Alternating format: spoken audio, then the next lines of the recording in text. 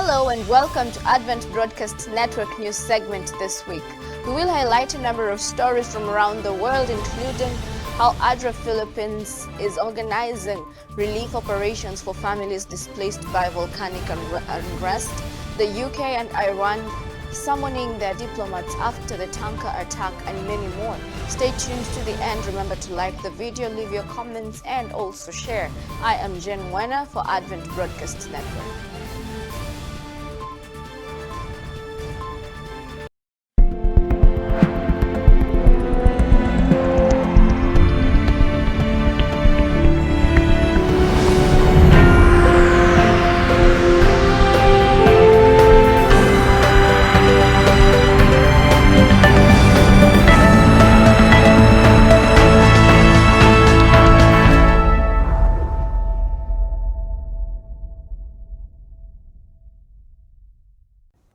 The ADRA in Philippines organized relief operations for families displaced by volcanic unrest.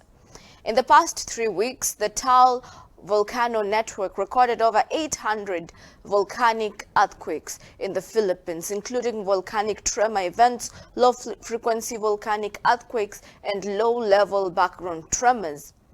ADRA Philippines has been communicating with the Adventist Community Services SCS Director of the South Central Luzon Conference. Assessment tools have been shared with the ACS Director to allow for immediate needs assessment to be conducted should the alert level be increased to a level 4 or if there is a destructive volcanic eruption. ADRA is preparing for a possible Taal eruption by consistently communicating with the local conference through its ACS director in order to share information and guidance on conducting assessment data collection following a disaster and planning an emergency response. ADRA has also visited the local government units that could be most affected by the eruption to initiate contact and establish coordination. ADRA Philippines Emergency Response Team in Cavite has conducted an initial assessment in the municipalities of Agoncillo and Laurel and is planning to implement an initial response to help protect the affected families from the adverse effects of the daily high levels of sulfur dioxide emissions and prevent COVID-19 transmission through the provision of N95 masks.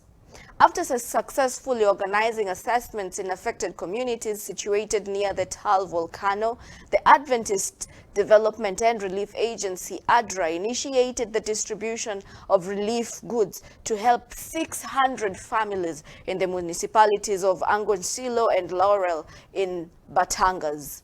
The alert level in Taal volcano was heightened by the Philippine Institute of Volcanology and Seismology to level 3 after it released a dark plume early in July, displacing families situated west of the caldera. ADRA delivered 300 family hygiene kits to the municipality of Laurel and another 300 to the municipality of Agoncillo to help families who were evacuated due to the recent volcanic activities. Each hygiene kit included N95 masks, antibacterial soap, shampoo, toothbrushes, toothpaste, sanitary napkins, a bar of laundry soap, and a towel. Agoncillo was one of the worst hit towns in the last year's eruption, where ADRA provided cash assistance to the affected residents. This year, ADRA is happy to be able to provide these hygiene kits not only to protect against the potential ash from the volcano, but also to help prevent the spread of COVID-19. This was as reported by the Southern Asia Pacific Division's news.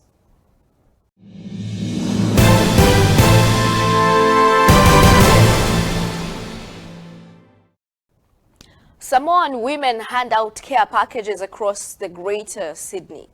With ongoing COVID-19 restrictions across Greater Sydney, Women of Hope, comprised of more than 80 women from 6 Samoan women's groups, joined forces to prepare 305 care packs that were delivered to local charities and distributed to people in need. Led by Seseparsara Tangatauli, Women of Hope president and member of the Punch Bowl Samoan Church.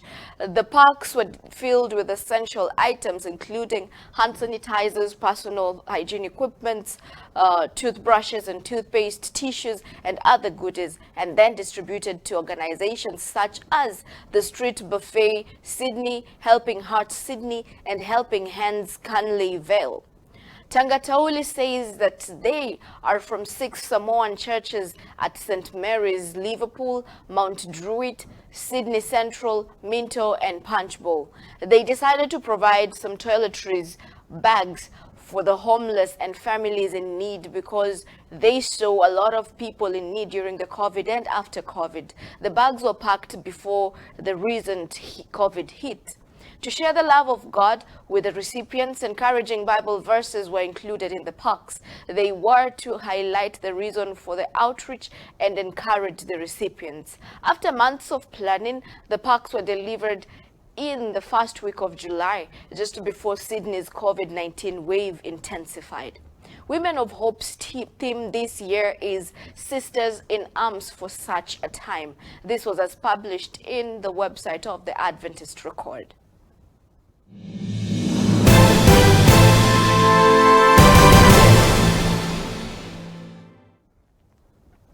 The General Conference and North American Division Presidents inaugurate senior housing development in New York.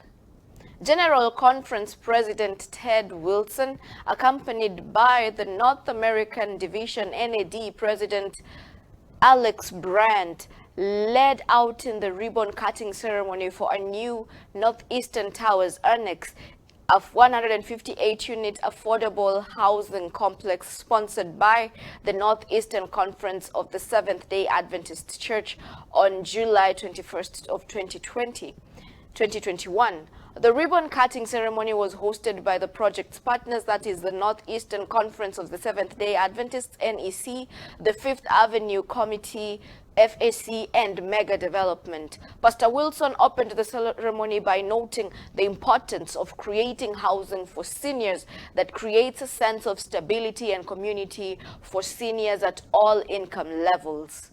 Also in attendance were the administrators of the Atlantic Union Conference and the Greater New York Conference.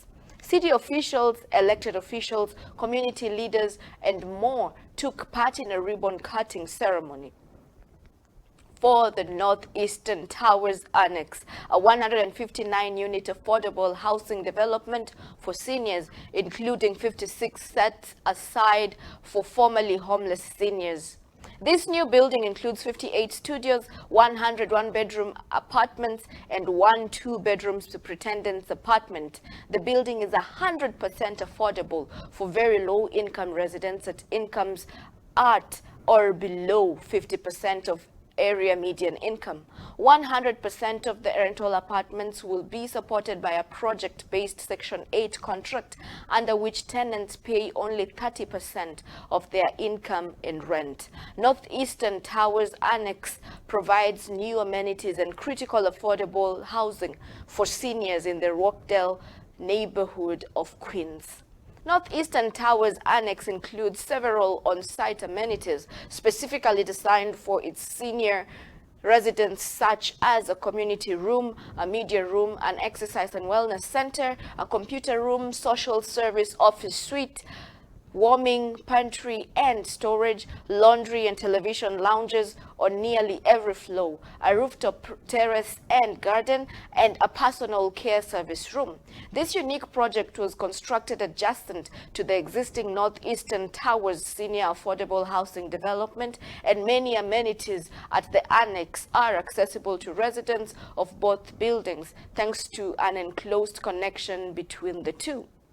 The Northeastern Towers Annex was financed jointly by the New York City Department of Housing Preservation and Development, HPD, and the NYC House Development Corporation, HDC, with a total of $93.6 million in public and private investment. HDC provided more than $50 million in tax-exempt bonds and an additional $8.7 million in corporate reserves. HPD provided more than 13 million in subsidy. In addition, the project benefits from low-income housing tax credits that generated more than 37 million in tax credit equity from investors through Wells Fargo, who also provided the letter of credit. Queensborough President Melinda Katz provided 3 million, and NYC Council Speaker Johnson and Council Member Adams provided 1 million in discretionary capital funding from the City of New York, which enabled the project to include a solar canopy, fifth floor roof deck, community spaces, and other amenities in supporting the senior residents. Northeastern Towers is currently completing lease-ups, providing some of the New York City's most vulnerable residents with housing they can afford, creating a stable, supportive living situation. Following the ceremony, both Elders Wilson and Bryant visited the Northeastern Conference offices to greet and pray with the staff.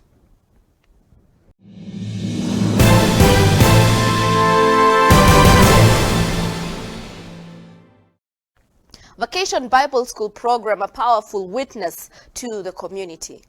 During the first week of July school holidays, a group of passionate volunteers from Adventist churches in the Hamilton area of New Zealand gathered at Hamilton Central Seventh-day Adventist Church to run a Vacation Bible School VBS themed Treasured.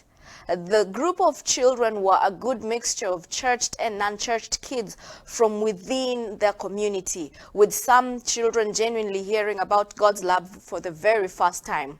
All 15 students in the Hamilton Central Juniors Sabbath School class aged 9 to 12 were given an opportunity to set up as leaders and, under the mentorship of their teacher, Mrs. Verti, learn the VBS for months.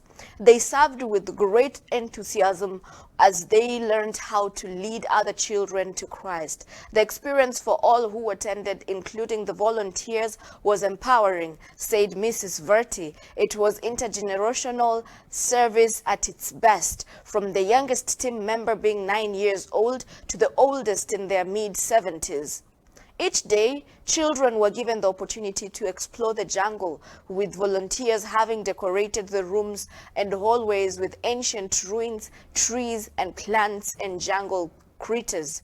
All activities revolved around one Bible point and one jungle animal each day, so that children could remember and take home a clear message.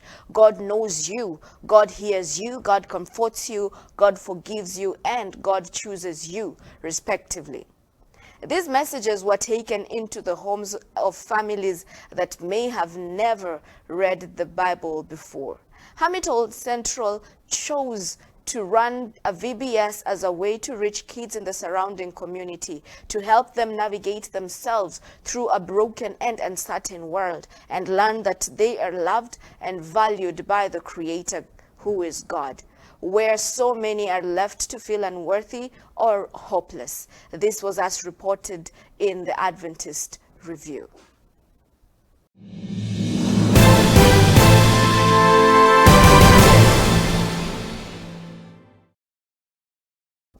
Following the floods in Alba County, ADRA Romania continues the emergency humanitarian intervention through the project Bridges Over the Waters.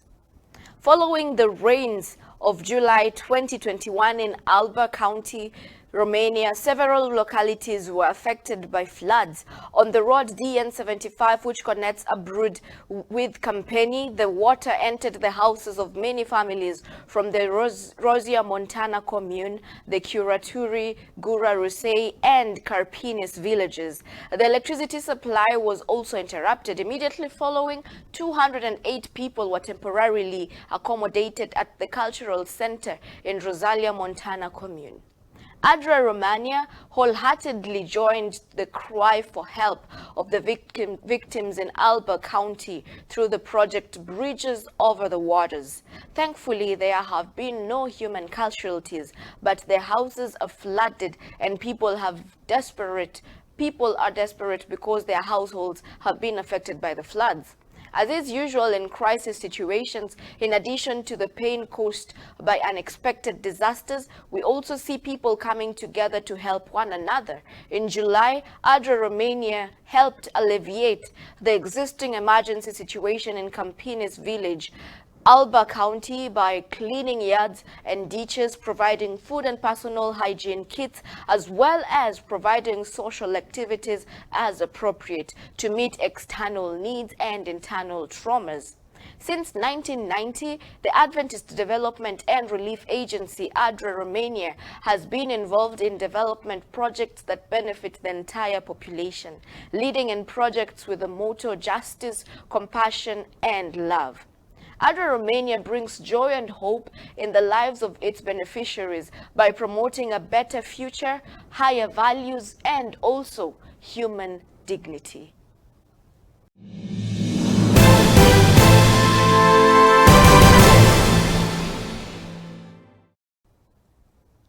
The UK and Iran summoned their diplomats after the tanker attack. The UK and Iran has summoned each other's diplomats in a row over last week's deadly attack on an oil tanker off the coast of Oman. The UK, US, and Israel blame Iran for the attack, in which 2 crew members, a Briton and a Romanian, were killed. Tensions are high between Israel and Iran, and each has regularly accused the other of targeting shipping in the region. Iran dismissed accusations it was behind the latest attack as baseless. The UK summoned Iran's ambassador over what the British government called the unlawful attack. The British Prime Minister Boris Johnson said Iran should face up to the consequences of what they have done, calling the incident an unacceptable and outrageous attack on commercial shipping. Iran summoned the British charged affairs in Tehran, as well as the Romania's top envoy, to protest against the accusations made against Iran.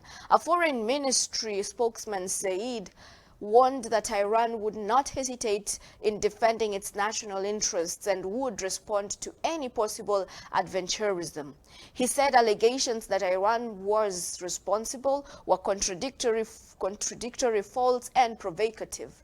Both the US and UK said a drone was used in the attack on the MT Mercer Street, which is managed by the London-based company Zodiac Maritime.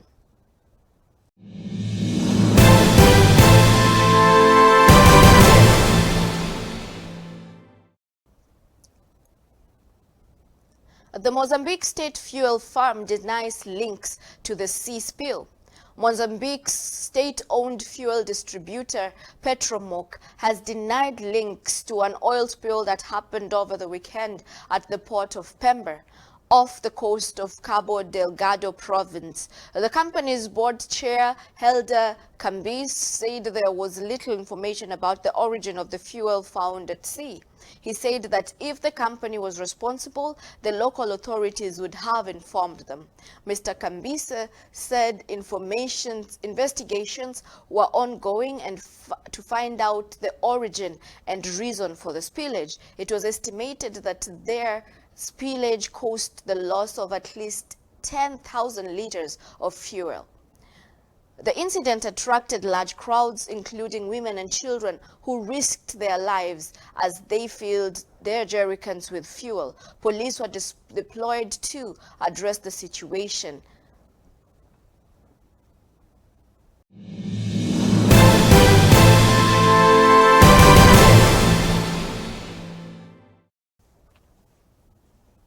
Eight people are dead as blazes sweep through the tourist resorts in Turkey. At least 8 people have been killed in wildfires that have ripped through southern Turkey, ravaging coastal resorts and forcing tourists to flee.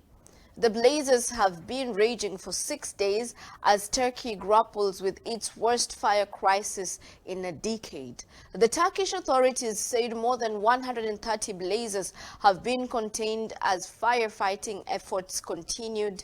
Elsewhere, firefighters are trying to contain wildfires in parts of Greece, Spain, and Italy.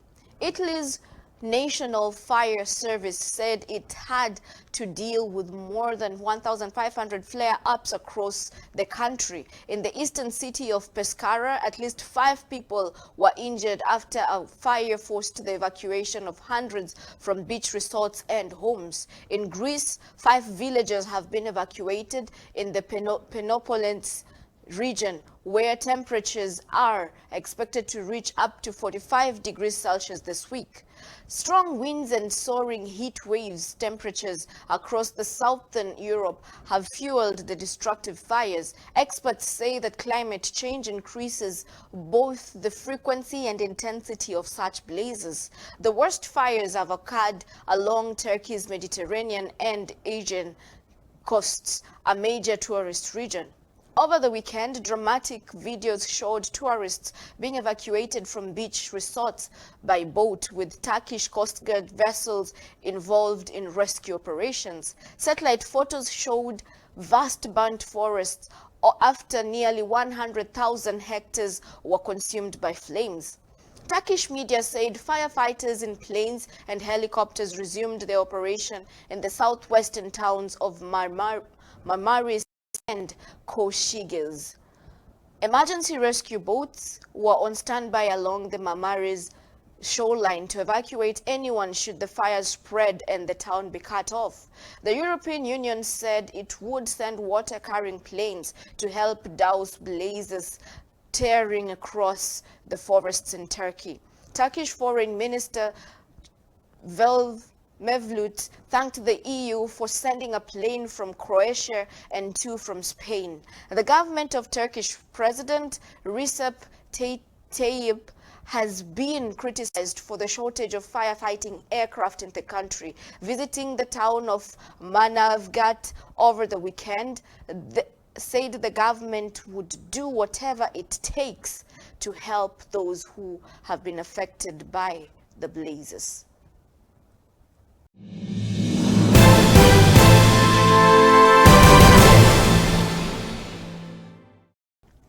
The China floods death tolls rise sharply to over 300. The death toll from the floods in China's central Henan province last month has risen sharply to at least 302.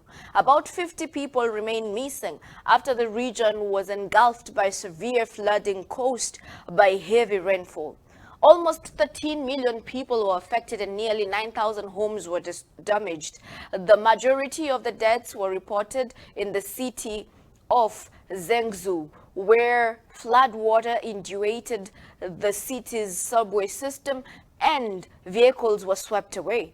The city reported a year's rainfall within the space of 3 days. The mayor, Hong confirmed the death toll in a news conference, telling reporters that 39 people were found dead in underground car parks. Another 14 people were killed after water line of 5 of the city's subway system. Video footage posted to social media last month from inside train carriages showed people just managing to keep their heads above water. Last week, a floral tribute at the subway station was sealed off by authorities. Several dams and reservoirs in the province breached warning levels, and soldiers were mobilized to divert rivers which had burst their banks. At the time, the president warned of significant loss of life and damage to a lot of property.